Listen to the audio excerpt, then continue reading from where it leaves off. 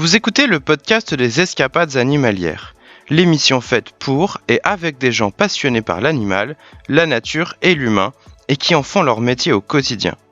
Chaque semaine, je discuterai avec mes invités sur ce qui les fait avancer dans leur vie professionnelle, de leurs succès, de leurs galères, de leurs rêves, bref, de leurs aventures entrepreneuriales.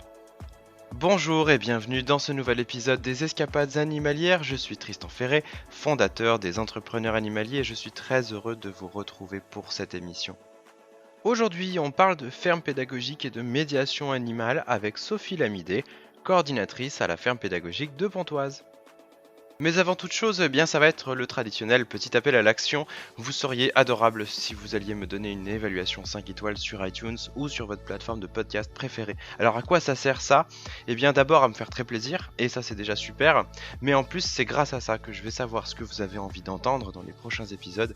Et si vous avez envie que l'émission continue, puisqu'on est parti sur une série de 12 épisodes, et que j'attends de voir vos évaluations, et j'attends de voir si vous aimez cette émission pour continuer à faire de nouveaux épisodes et à vous proposer des nouveaux contenus et des nouvelles rencontres toutes les semaines. Alors s'il vous plaît, prenez 2 petites minutes, ça sera très utile pour moi, s'il vous plaît, merci beaucoup.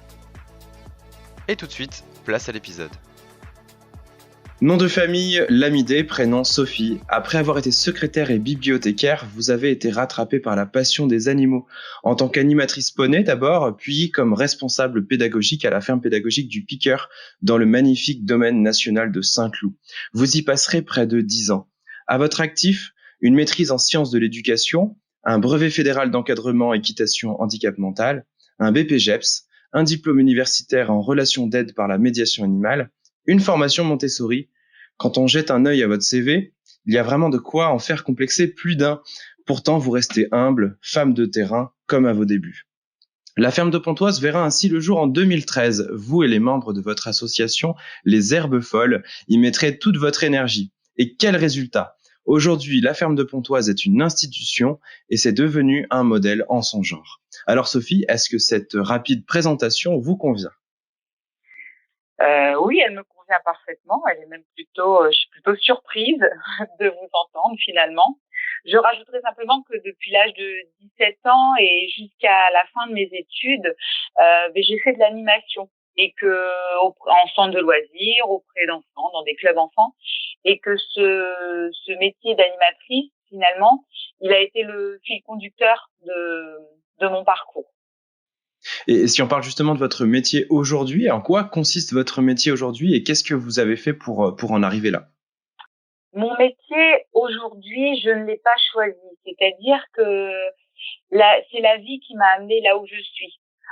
Moi, je rêvais de faire une carrière auprès des animaux, dans les chevaux plus particulièrement. Mais j'étais bonne élève. Et finalement, en étant bonne élève, mes parents m'ont dit il est hors de question que tu t'engages dans ce métier auprès du cheval, voilà. Donc j'ai continué mes études. Je suis allée à la fac et je ne savais vraiment pas quel métier j'avais envie de faire. Je suis partie en sciences de l'éducation parce que c'est vrai que, comme je vous ai dit, j'ai toujours fait de l'animation et cette relation à l'autre, ça m'intéressait, mais en aucun cas, je ne savais qu'un jour j'allais travailler en ferme pédagogique. Et puis de fil en aiguille, au travers de mes études et en continuant à monter à cheval à côté, en animant pour gagner un peu d'argent, donc on travaille en centre de loisirs. Je me suis intéressée au monde de l'animation et je me suis dit peut-être que c'est ce que j'allais pouvoir faire. Mais je n'ai pas trouvé de travail finalement. Donc je suis sortie avec une maîtrise en sciences de l'éducation. Je me suis dit je vais accompagner des personnes fragilisées. Puis non, j'ai pas trouvé de travail. Donc avec ma maîtrise, qu'est-ce que j'allais pouvoir faire ? Moi, j'adore lire. Le livre, c'est quelque chose qui me passionne. Et j'ai postulé pour un poste de bibliothécaire et je suis entrée en tant que bibliothécaire, mais dans une école. Et finalement, en même temps que ce travail qui m'a passionnée pendant 5 ans, j'ai continué à monter à cheval et je me suis dit je vais retourner dans les chevaux quand même. Donc à chaque fois, mon parcours professionnel a été un questionnement en me disant là j'en suis là, oui je travaille avec des enfants, avec des livres, mais bon peut-être que c'est pas tout à fait ce que je voulais faire. Le cheval était toujours dans ma tête, l'animal était toujours dans ma tête, et puis j'ai dit bon bah allez, je vais me lancer, je vais passer un monitorat d'équitation. Et pendant finalement cette double casquette de bibliothécaire et de la reprise de mes études dans le monde du cheval, il y a une personne qui m'a abordée et qui m'a dit bah voilà, moi je gère une ferme pédagogique, je recherche quelqu'un pour gérer cette structure, est-ce que ça vous intéresse? Et c'est comme ça que j'ai découvert la ferme pédagogique par hasard. C'est vraiment elle qui s'est amenée vers moi, mais moi je savais pas que j'allais travailler là un jour. Et donc j'ai visité cette ferme par curiosité. Et alors là, ça a été le coup de foudre. Je me suis dit, mais là, c'est là que je veux travailler. Et c'est ce que je veux faire. Et c'est comme ça que je suis arrivée à la ferme pédagogique. C'est vraiment une question de rencontre. Et vous verrez que je pense que dans ma vie et dans la vie en général, tout est question de rencontre. Et voilà pourquoi je suis animatrice en ferme pédagogique aujourd'hui. Alors c'est plutôt intéressant parce que ça veut dire qu'en fait vous n'avez pas vraiment choisi votre métier, mais c'est lui qui vous a choisi. Et aujourd'hui, quand vous êtes arrivé dans cette première ferme pédagogique, c'était il y a quand même quelques années, qu'est-ce qui fait qu'aujourd'hui vous êtes toujours motivé à faire ce métier? Mais parce que le quotidien n'est pas fait de routine, tout simplement. Moi, je travaille avec de l'humain, je travaille avec l'animal, enfin, je travaille avec du vivant finalement, et chaque jour est différent. Mon métier, je le connais, je sais, mon cadre est identique, mais à l'intérieur de ce cadre qui a été créé, donc le cadre ferme pédagogique, chaque journée est différente et c'est ce qui me porte finalement. Je ne m'ennuie pas un seul instant dans mon quotidien. Le lundi, je vais accompagner des personnes atteintes de pathologie d'Alzheimer. Le lendemain, ça va être les enfants d'une école. Le surlendemain, ça va être des enfants dans le cadre d'une crèche. Il n'y a pas une journée qui se ressemble. Et en plus, mes collègues de travail, alors j'ai des collègues humains, mais j'ai aussi des collègues animaux. Et finalement, alors eux, ils font que mon quotidien, c'est juste du bonheur chaque jour. Alors c'est très bien parce que ça m'amène à la question que je voulais vous poser. Vous faites un métier qui est à la fois dans l'humain et aussi dans le monde animal. Et si on vous demandait de choisir? Je choisirais l'humain, sans hésitation. Pour moi, l'humain, ce sont les personnes que j'accompagne. Donc, c'est ce qui fait mon métier, c'est ce qui fait que j'ai choisi d'être là, c'est d'accompagner l'humain. L'animal, lui, fait partie de ma vie, tout simplement. Donc là, il fait partie de ma vie dans le cadre de mon travail. Mais à titre personnel, j'ai un chien, j'ai eu un cheval. Depuis que je suis toute petite, les animaux ont fait partie de mon quotidien. Dans ma famille, j'ai eu des cochons d'Inde, des lapins, poneys, chèvres. Enfin, voilà. Donc l'animal, il fait partie de ma vie. C'est pas mon métier. Mon métier, c'est d'accompagner l'humain. Eh bien, parfait. Est-ce que vous avez une anecdote à nous partager justement sur votre métier, sur votre activité? Ouais, dès qu'on me demande,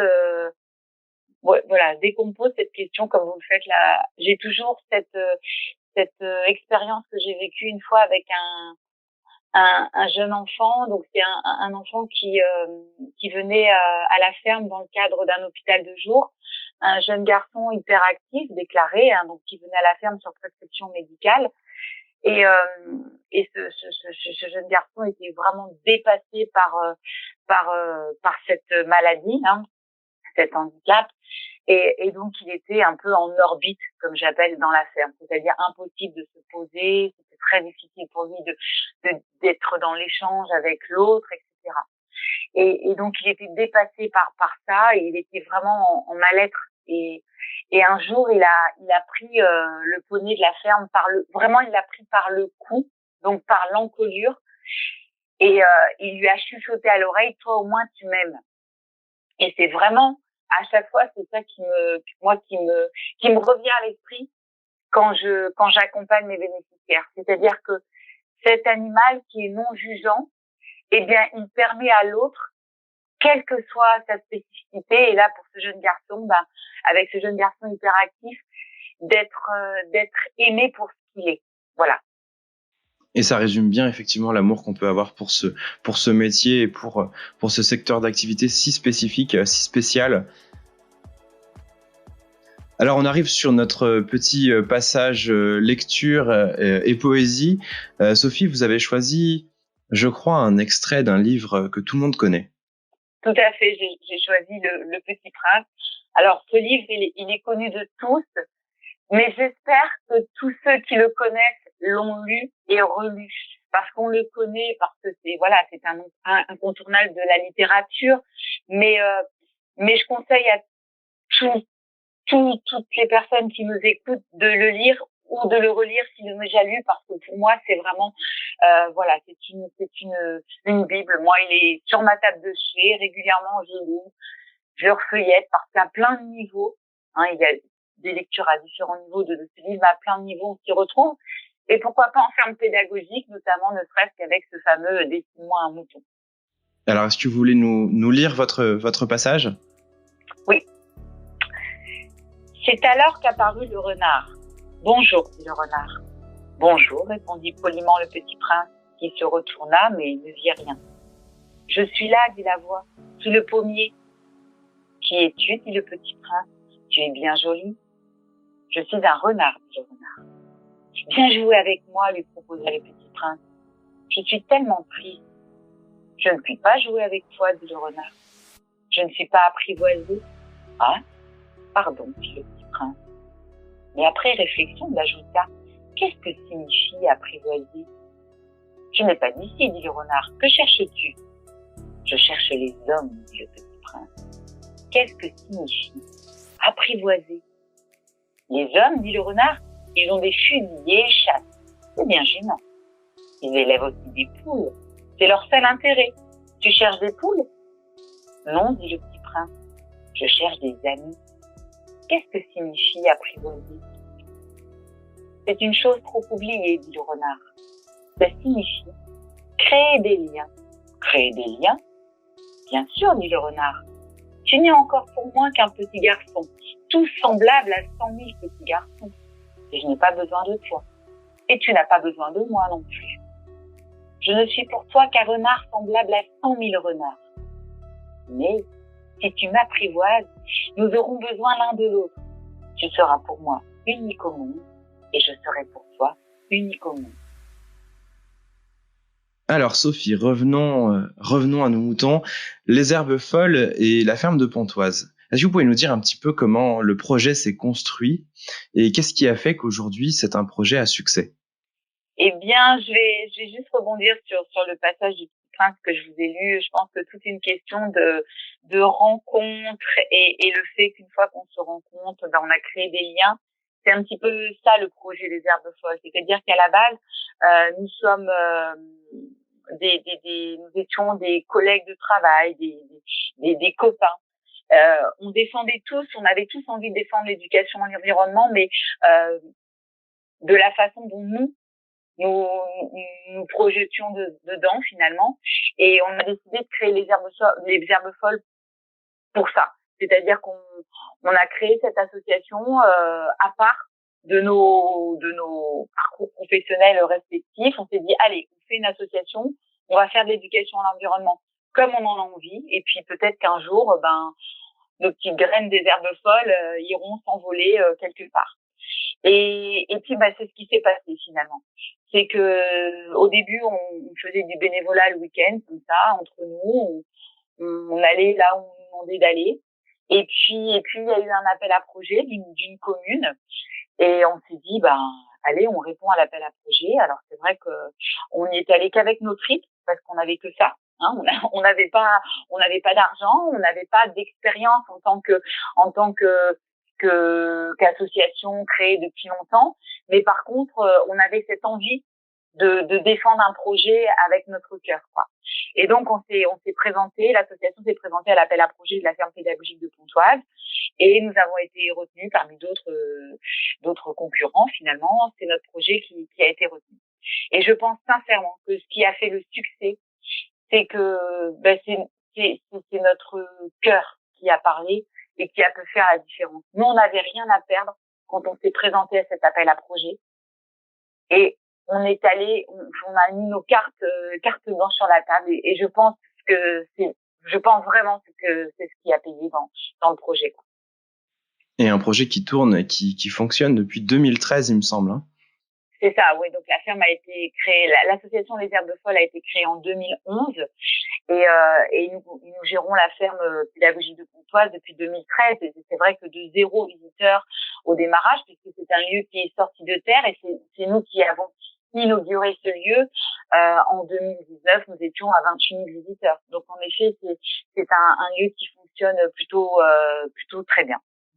Et tout autant de personnes qui ont pu bénéficier de votre expertise et de votre passion pour autour de la médiation par l'animal, autour de la pédagogie, autour de l'accueil de scolaires, autour de l'accueil de tout simplement de public des quartiers, puisque vous êtes aussi dans un milieu urbain.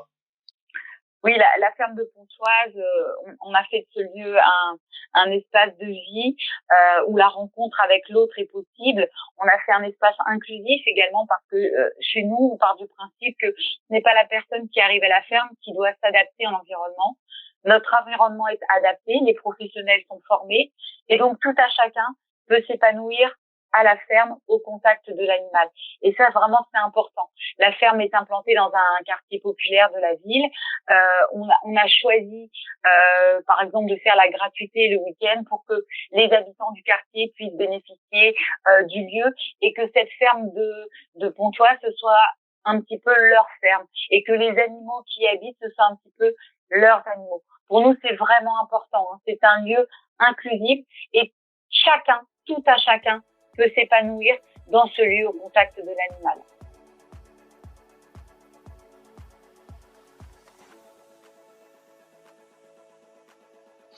Sophie, est-ce que vous doutez bien que parmi les auditeurs qui nous écoutent, il y en a quand même pas mal qui se sentent inspirés, qui ont envie d'avoir le même parcours que vous. J'en rencontre aussi beaucoup au quotidien dans l'accompagnement. Quels seraient les conseils ou le conseil que vous pourriez leur donner pour mettre la première pierre à leur projet? Le premier conseil, c'est la passion. Il faut être passionné pour se lancer dans cette aventure parce que c'est une aventure qui demande énormément d'énergie, d'investissement, qu'il soit professionnel mais aussi personnel. Vous ne comptez pas vos heures quand vous gérez une ferme pédagogique, c'est impossible. Donc ce projet, il doit d'abord vous porter. Ça, c'est très important. C'est un projet que vous ne pouvez pas mener seul. C'est impossible. Les animaux demandent à avoir une présence quotidienne, permanente. Si vous êtes seul, au bout d'un moment, vous allez vous essouffler, vous allez vous fatiguer, au risque de mettre à mal votre projet. Donc, il faut être associé, que ce soit dans le cadre d'une association ou dans une entreprise, mais il ne faut pas partir dans cette aventure seul. Et puis aussi, je pense que il faut s'inspirer de ce qui existe autour, de s'inspirer de ce qui marche, aussi d'aller voir ce qui ne vous convient pas aussi, pour à la fin créer votre propre projet. N'essayez pas de copier un projet qui fonctionne parce que ce ne sera pas vous finalement. Ce qui va fonctionner, c'est que votre projet sera à votre image. Et pour moi, ça c'est vraiment un conseil et vraiment une directive à suivre. On est bien d'accord. Et vous personnellement, Sophie, quels sont vos projets à venir? Quelles évolutions de carrière vous aimeriez vivre dans les prochaines années, par exemple? Alors, mes projets, c'est toujours en tout cas, le monde de la ferme pédagogique, c'est vraiment un monde dans lequel je me reconnais, qui me porte et dans lequel j'ai envie de m'investir.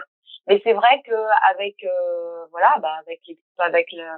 l'avancée, ça fait 30 ans que je fais de l'animation, ça fait 20 ans que j'évolue en ferme pédagogique. J'aimerais aujourd'hui vraiment me consacrer davantage à la formation, à accompagner les porteurs de projets, en tout cas maintenant à être dans l'accompagnement plus qu'à être sur le terrain auprès de mes bénéficiaires. Eh bien, le message est passé et on aura l'occasion de travailler ensemble très régulièrement dans le cadre des entrepreneurs animaliers. J'en suis ravi et très heureux. Sophie, si vous aviez un message à faire passer, un appel à l'action à demander à nos auditeurs, est-ce que vous avez quelque chose à leur dire? Alors moi, je fais un appel à tous ceux qui ont une ferme pédagogique, qui gèrent déjà une ferme pédagogique, une ferme d'animation. Et je pense qu'on a tous ensemble une véritable réflexion à mener autour de notre statut et cette reconnaissance au niveau de l'État. Il faut savoir qu'aujourd'hui, on est géré par une circulaire qui date de 2001. C'est-à-dire que ça fait 19 ans que cette circulaire n'a pas évolué. Et pourtant, les fermes pédagogiques, elles ont évolué. On accompagne tous les publics.